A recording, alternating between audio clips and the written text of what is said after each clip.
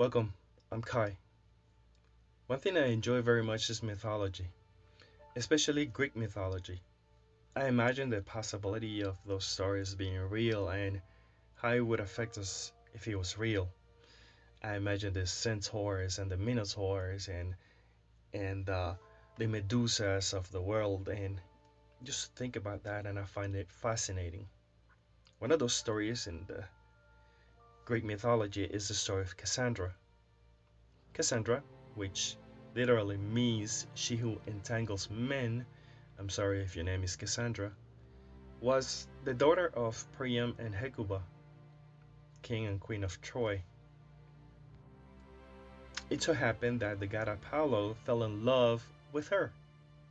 At first, she responded positively to Apollo's advances, and for that reason, the god granted her the power of prophecy. But when she rejected him, Apollo sabotaged that power with a curse that no one would believe her prediction.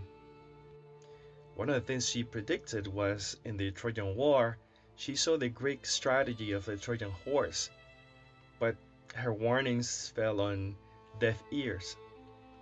Cassandra then married a Greek hero, Agamemnon, and she had visions of trouble for both of them. But the husband didn't pay her any mind, and the two of them were murdered by Clytemnestra, which was Agamemnon's first wife. That shows you not to mess with a god, and that's the reason, I guess, that we can't see the future.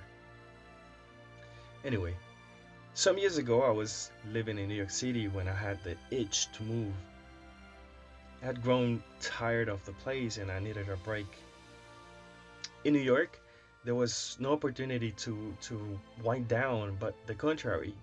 I always had to be on like everybody else there. We always on. And I'm sure that happens to many people. Some love that fact, some don't. I'm obviously in the second group, especially because I was tired of just running up and down all day, every day, like a chicken without a head. In my short list of places I wanted to move, I had three names. One was Chicagoland, one was the Boston area, and the other one was the DMV area. If you don't know what the DMV area is, it's the DC, Maryland, Virginia area. Though I wasn't clear on what city I wanted to live in the DMV area. Decision time came and I chose Chicagoland. I've been there before, but I never lived there, so it was going to be an adventure.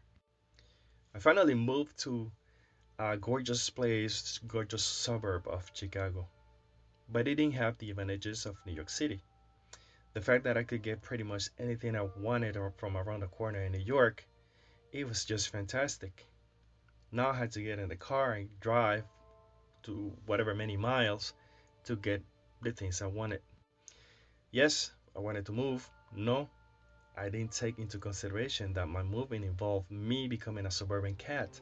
In other words, I didn't realize how much I had to adjust and in some way become someone different, though I was the same person. I didn't make an attempt to connect with my future self when I thought of moving, because for some reason I thought it would be just some sort of continuation of what I was already living. But I was wrong. In fact, I was very wrong.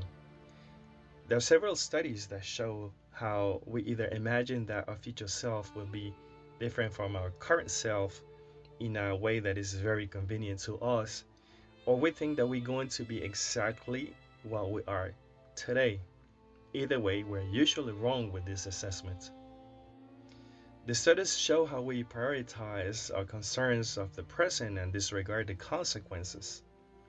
We think that eating that piece of cake is not going to spike our sugar level in the future because there's no connection with the us in the future.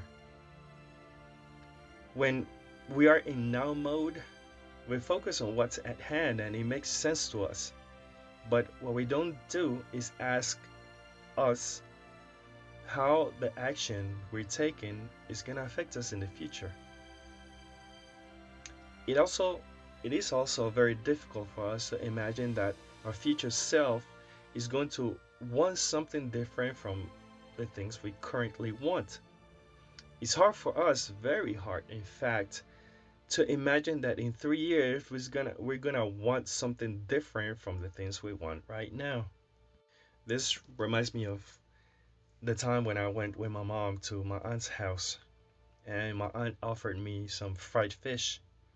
My mom said he doesn't eat fried fish, but my mom was talking about years ago, a time when I didn't like fried fish. But many years have passed already, and I do enjoy fried fish. So I told my aunt, yes, I want fried fish. Needless to say, that my mom felt embarrassed for the situation because we tend to think that how we are now is the way we're going to be in the future. But of course, that's not correct. If you take a moment and look back in your life, you're gonna see that you've changed in several instances. That said, if we by any chance imagine that we might change in the future, we imagine that the change is gonna be just very, very small. If we change, it's not gonna be anything big whatsoever. When I was a teenager, I loved two things. I love airplanes and I love sports.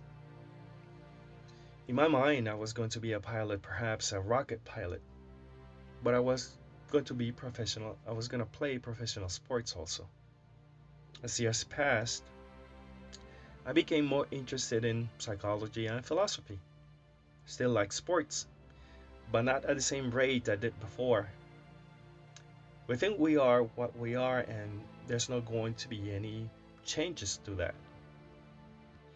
Now listen to this because this is very interesting. There's a research that shows that the brain activity that happens when we think about our future self looks very similar to the activity that happens when we think about others. In other words, our future self seems so far away from us that it feels like it's a different person. The issue with that is that if we feel that we're not connected to our future self in some emotional level, we will more likely engage in behaviors that don't favor us. We're gonna procrastinate, we're not gonna save money, we're gonna eat those things that we know we shouldn't be eating, etc. In fact, why would I eat healthier today if it's gonna affect someone else in the future? Why am I gonna save money today if the person that's gonna suffer is somebody else and not you? But there are obviously things that you can do to befriend and have a closer relationship to your future self. For beginners, experts recommend writing a letter to your future self. Not only that, but do the opposite too. Write a letter to yourself from the future. This is a very powerful exercise that will definitely put you in touch with the future you.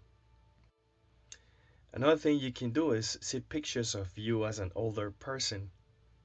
There are apps that show you how you look as an older person. Watching that will definitely put you in touch with that future self, and it will help you create a better relationship with you in the future. Or you can also think about how you're gonna disappoint the future you, and this is a especially powerful exercise that I'm doing a lot lately, and it works.